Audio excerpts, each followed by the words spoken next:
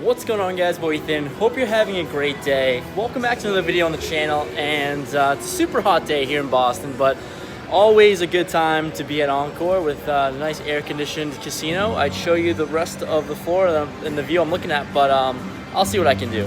But anyways, I want to do this quick intro. I am one orbit into the session, and I opened pre with 8-5 of spades and got 3-bet by kings, so maybe we'll try to tighten up as we go along. But anyways, hopefully you enjoyed this video. Let's get into some interesting spots, and we'll go over kind of what happens, I guess. Wish me the best of luck.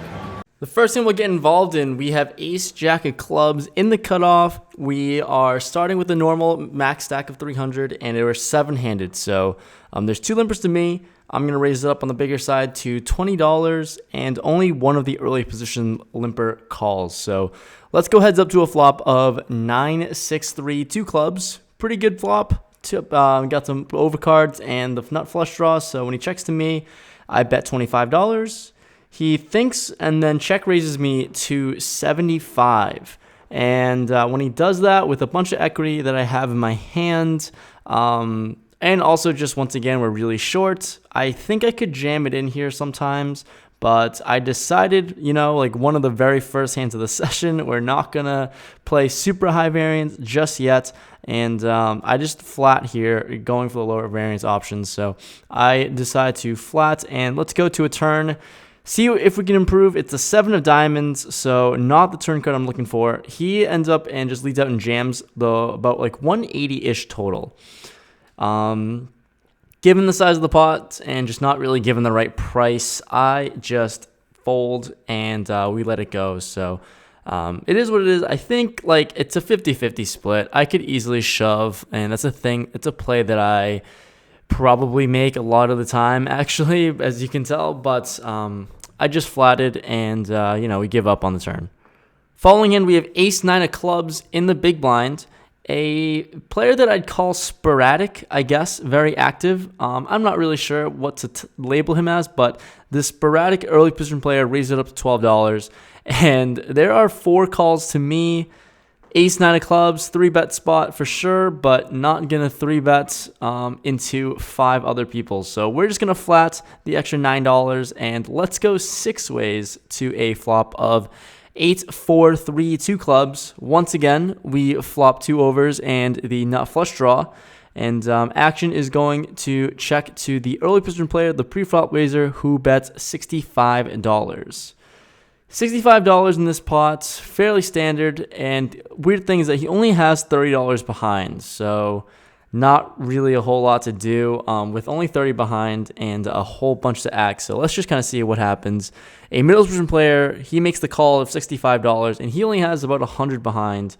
The small blinds to my direct right also flats, and he covers me. So he's pretty normal stacked, and everyone else is pretty short here with a bunch of equity, overs, and all that stuff. I'm just going to flat because we're going to go multi-way. It seems like it's probably one of those situations where someone else is definitely going to be on the club draw. So we're just going to flat and give it an amazing price, obviously. So we're going to go 4 ways to a turn, which is a deuce. Once again, action checks to the early position player, who jams for a total of $28. Pretty insignificant. And when the other 2 players call to me, and obviously, like I said, if I'm not going to push on the $65 bet, I'm not going to push here. We get so much equity, and just like obviously it's basically a check at this point. So I call the $28, and we're still going to go 4 ways to a river, which is a 4. What are we going to do here? Absolutely nothing. Action checks all the way around. The early position player shows pocket 10s and gets a full quadruple up. That you don't see very often at all. Following interesting hand, we have ace-jack offsuit on the button. There's 2 limpers, and I raise it up to $18. And, thinking $18 is big enough to kind of ISO at least a little bit, but we get 4 callers. So the blinds and the 2 limpers calls. So let's go 5 ways to a flop of ace-queen-9, 2 clubs. Action checks all the way back to me. Betting for value here with a medium-sized ace. I bet $40, and only the big blind, who is a pretty active player, makes the call. Same player from last hand with pocket 10. So Let's go heads up to a turn, which is the 5 of hearts. Doesn't change a whole lot at all. He checks to me, and I think about checking behind for pot control, but there's a good amount of draws out there, and I think I could be good a lot of the time, especially against this player. So betting for value, I size up to $85. He doesn't think for too long before ripping it all in, $297 total, and just really not feeling good about this. And I just don't think I'm good here ever when someone rips it in. Doesn't seem like he's on a draw, ripping in $300, and it just smells like a 2-pair hand that wants to just kind of push it all in and see whatever happens. So I think for a while and end up folding. He shows an ace, so obviously I'm definitely dead here. I don't think he jams with ace 10, which is like the only other hand that I beat. But yeah, so I make the fold, and feeling good, was 100% sure that I was behind. Following in, we have king queen offsuit on the cutoff. Early position player opens up to $10. He's a pretty big stack. And the middle position player calls. So in the cutoff with, I guess, some unsuited Broadway cards, let's 3-bet to $40. Only the early position player makes the call. So let's go heads up to a flop of 8-9-4 rainbow. He checks to me, and with a bunch of overs, and just gonna c-bet this because I mean when I 3-bet, it's a combination of trash and made hands. So I'm just gonna mix it in. I c-bet $65, and he makes the call. Turn is a jack. He checks it to me once again, and this board really heavily favors him. It's not really something that I'm too confident in a lot of the time. I don't really feel like barreling here, simply because it really crushes his range. So I decided to just check it behind, probably giving up or hoping to bank a king or a queen. But the river's an ace, really good card, and also really feeling really good when he checks to me. I don't think he's going to check an ace on this board. Doesn't seem like the type of player to do so. So I decided to bet 125. He goes well into the tank and ends up making the call. I show king high, unfortunately, and he shows jack 10 off. I don't really know what to say. I feel like I really feel like I have one of these hands every session where someone hero calls me with middle pair, second pair, and it's super marginal. Seemed like a really marginal spot, not only to be in the 3-bet pot, but also to make that call on the river. I loved my line, but he made the right call in this exact instance somehow. Saying I'm on the button with 8-9 of diamonds, and we get 3 limpers to me. Once again, raising it up on the bigger side because we are in a pretty active and good table. Raise it up to $20, and we get 2 callers, player in early position and middle position. Flop comes 7-7-4, 2 clubs out there. Action checks to me, and actually a really good board for my actual hand. Got a bunch of backdoor stuff going on, but also really good for my, I guess, pre-flop range, I guess. So have all the overs in the world. I bet $40, and only the early position player calls. Turn is a 3, doesn't change anything. And he checks to me once again. I'm probably just going to have to triple barrel on this board and get him off. And I decided to fire $90. He was really sticky and really active, specifically with me, but also just playing a ton of hands. So I think he has one of those hands that I guess like pocket 6s, pocket 8s maybe. But I guess 5s, 6s, and 8s might have to give up on this. But he ends up taking and folding. So we get the double barrel through.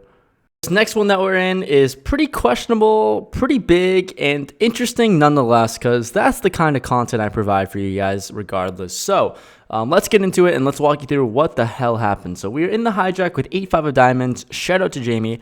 We get 5 limps to the button. So I limped with 8-5, bunch of limps around, and he raises up to $16. So much money in the middle. $16 is just not enough for this 1-3 game, and everyone calls, including one of the blinds too. So we are going to go 7 ways to a pretty big pot already. Flop comes king, queen, 8, 2 diamonds. Bottom pair with the flush draw and flopped a shit ton of equity. So undergun player ends up leading out for $75. And that's a really weird spot, but I guess he really wants to protect his equity or something. And the player to my right raises to 101 or 150. Min raised by him and actions onto me. And I think I can get away from this a lot of the time. Like, I mean, as much as I think I have a lot of equity, it's either like I'm either going with it or we're just going to shut down and walk away from this hand. Considering that there's also a raise. So really weird. I didn't put anyone on King Queen. It just didn't make sense because I think the player to my right with King Queen, if he's that strong, he'll absolutely just raise pre, obviously. But so King Queen doesn't make any sense, and I block all the other 2-pair combos here. So I think I'm good here, or at least I have a lot of equity, and my outs are pretty clean, whether it be diamonds or an 8 or a 5. So I decide to call the 150. We're just going to go with it. Bunch of equity. Let's do it. I call the 150, and it folds all the way back to the early position player, and he doesn't really fold. He raises it up to 375 now. I don't know what's going on. The player to my right then jams for $311. Looking at my stack, it is not big enough. And I'm already in for 150. Got a bunch of equity. If I'm going to call 150, I'm just going to have to go with it. I decide to jam for a total of 530. Early position player doesn't love the spot, but he ultimately ends up making the call. He covered me, so we are all in 3 ways to a run out, and hopefully I can hit some of my cards. The player in early position says that he has a flush draw and thinks that mine's bigger than him. So when that happens, I'm not great. I don't feel great about it at all. The player to my right shows King 8 of spades, I think, and I'm dead with my outs. He has top and bottom pair, and I think my diamonds are just dead because I only have an 8 high flush, so feeling pretty miserable in this spot.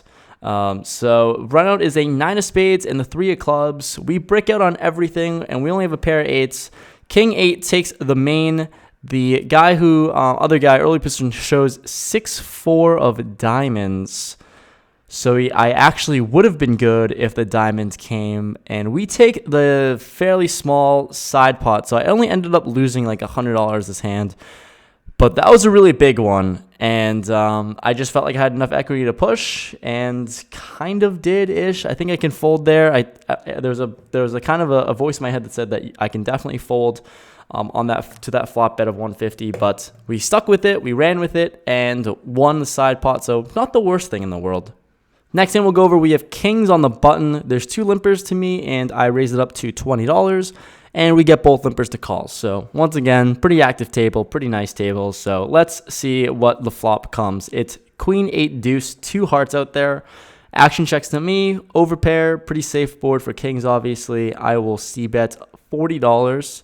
The early position player folds, and a late position player raises to $100. Vlog watcher, Jeff, shout out to you. So when he raises to me, and I know he watches the videos and knows to a certain degree how I play, I am going to just flat here, pretty nutted on this board. Hoping to not see a heart or anything like that. Turn is the 4 hearts, obviously, so thanks, dealer.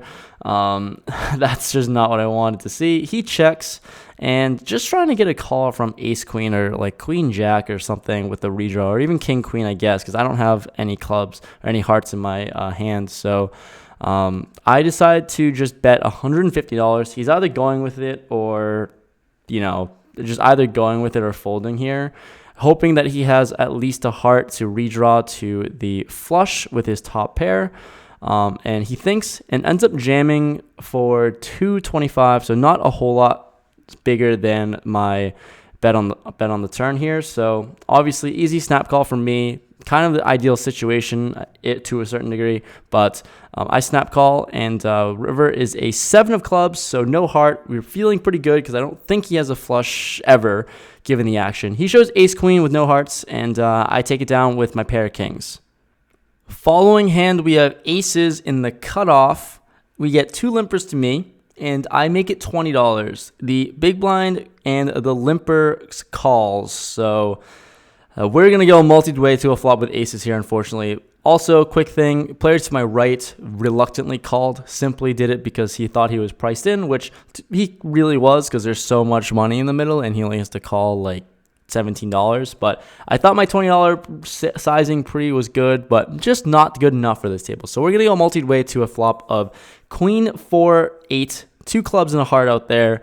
Once again, another really safe flop for aces, especially multi-way, but there's still some draws out there. So when an action checks to me, I'm going to target the queens of the world. So I bet $60 and also just charge the max for draws. It folds all the way back to the player to my right, who won the really big hand with King 8, and he ends up making the call. So wanted to see some action, wanted to see a call, so let's do it. We're going to heads up to a turn, which is the 7 of hearts, bringing in the backdoor flush draw. Once again, it's pretty much a safe card for me. Does make the board a little connected, but not too worried about anything at the moment. So betting for value, I bet 135. He thinks and ends up raising me to 300. And don't feel good about this. I was going for value, and all of a sudden we're just hitting the brakes and we get raised here. Not really a whole lot of hands that make sense, but I also just know that he's not doing this as a bluff. It doesn't seem like the player that would bluff in this particular spot or bluff raise in general. So granted, there's not a whole lot of value hands that can raise here, and I'm just behind sets, I think, or maybe 5-6 of clubs. That's about it. But regardless, just didn't feel like one pair is ever good here, so I fold. And he told me later that he actually had 5-6 of clubs. So I make the fold aces, and it is what it is. God damn it. Last thing we'll go over in this video, I have aces again in the cutoff. The middle pin player raises up to $6. Player to his left calls. Gonna bump it up here, obviously. I 3-bet to 35, and only the middle position player pre-flop raiser calls. So let's go heads up to a flop of King 9, King, 2 spades. Not really the best board in the world, but, you know, it's a hand that we're going to go with. He's pretty short as well, so when he checks to me, I bet $55. He thinks and jams for 131. I'm going to have to call it off at the top of my range. Unfortunately, it's a paired board, but I guess sometimes you can have queens or maybe overplaying a 9 or just the spade draw. So we call it off, and let's go to a runout. Runout is a 2 and a 3 offsuit. He shows ace king of clubs, so we lose. Aces not treating me too well in this session at all. I'm going to wrap this video up here, guys. Hopefully you enjoyed this video. This is part 1 of the session that I played this particular session. I ended up actually playing for 13 hours and it stayed at Encore till about like 5 in the morning. So it gets pretty dicey. I'll be honest, you're not going to want to miss the next hands if you've watched everything from today. Things get a lot more interesting, and hopefully I'm not going to spoil anything, but we run a little bit better, I guess. We found some spots. That's all I can say. We found some spots, and we didn't run as good. We still continually ran as bad, but we're going to go through all of those hands in the next video in the next few days. So if you like this video here, would really appreciate it if you hit that like button. I really love all the support so far, and also I'm going to get a little bit better. I'm going to try to get better at responding to all the comments. The fact that I make these videos basically every other day takes up a lot of my time, so it's kind of a give and take. I'm really bad at answering comments, but I'm really good at uploading a ton. So once I have some more free time in my hands, I will for sure reply to all the comments below, because I really do appreciate it. I do read all the comments. I get email notifications every time. Replying to them takes some time, so I'll definitely be better at doing that. But once again, I appreciate all the support. Be on the lookout for part 2 of this session. You're not going to want to miss it. So I'll see you guys in the next video. Peace. Also, quick shout out to John, Dave, Angelo, and Eric. Super nice meeting you guys and seeing you guys again. And if you made it to this end of the video, here's a little shout out to you guys, a little reward for staying all the way to the end. And let me know in the comments below if you guys actually stayed till the very end of this video. Would really love to see the amount of people that actually do listen to me ramble and do this outro bullshit. So I'll see you guys in the next video. Now I'm actually going to end the video. Thanks for watching. On to part 2.